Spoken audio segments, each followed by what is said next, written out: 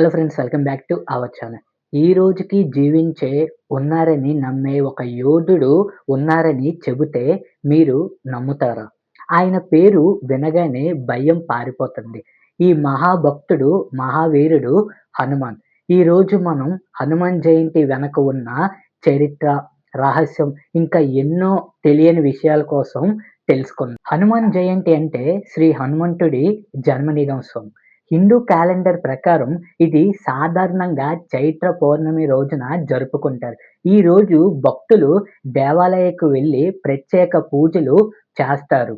భక్తుల నమ్మకం ఏమిటంటే నిజమైన భక్తితో హనుమంతుడిని స్మరిస్తే జీవితంలోని అన్ని అడ్డంకులు తొలగిపోతాయి. పురాణాల ప్రకారం హనుమంతుడు అంజనాదేవి మరియు కేసరి మహారాజుకు జన్మించాడు. కానీ ఇందులో ఒక పెద్ద రహస్యం ఏమిటంటే ఆయనను పవనపుత్రుడని కూడా పిలుస్తారు. ఎందుకు అంటే వాయుదేవుడు ఆయనకు దివ్య శక్తులు ప్రసాదించారు. అందుకే హనుమంతుడికి అపారమైన బలం, వేగం, అమరత్వం లభించాయి. చిన్నప్పుడు ఆయన ఉదయిస్తున్న సూర్యుడిని పండు అనుకొని దాన్ని తినడానికి ఆకాశంలోకి ఎగిరాడు.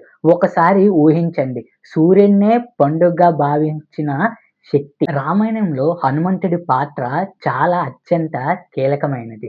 సీతాదేవిని రావణుడు అపహరించినప్పుడు రాముడికి అడ్డంగా నిలిచింది హనుమంతుడే. ఆయన ఒక దూకుల్లో సముద్రాన్ని దాటాడు. లంకలోకి ప్రవేశించి సీతమ్మను కనుగొన్నాడు. తర్వాత తన తోకకి నిప్పంటించుకొని లంకను మొత్తం అంతా దహనం చేశాడు. కానీ ఆయన అసలు శక్తి బలం కాదు, భక్తి. నిజమైన శక్తి భక్తిలోనే ఉందని హనుమంతుడు నిరూపించాడు. ఇప్పుడు అందరిలోనూ ఆసక్తి కలిగించే అతిపెద్ద రహస్యం, హిందూ విశ్వాసం ప్రకారం హనుమంతుడు చిరంజీవి. అంటే ఆయన ఇప్పటికీ భూమిపై ఉన్నాడని నమ్ముతారు. చాలామంది సన్యాసులు, భక్తులు హనుమంతుడిని దర్శనం పొందామని చెబుతారు. ఇది నిజమా లేక అబద్ధమా? ఈ ప్రశ్నలు ఇంకా సమాధానం రాలేదు. హనుమంతుడు కేవలం ఒక దేవుడు కాదు. ఆయనను ధైర్యానికి ప్రతీక, భక్తికి ప్రతీక, శక్తికి ప్రతీక. అందుకే ఇప్పుడు దాకా చాలామంది, లక్షలాది మంది ఈ రోజును ఆయనకి ఇప్పుడు కూడా ఆరాధిస్తూ వస్తున్నారు. ఈ వీడియో మీకు నచ్చినట్లయితే please like, share and subscribe to my YouTube channel. కామెంట్లో ఇలా రాయండి: జై శ్రీరామ్, జై హనుమాన్. Thank you.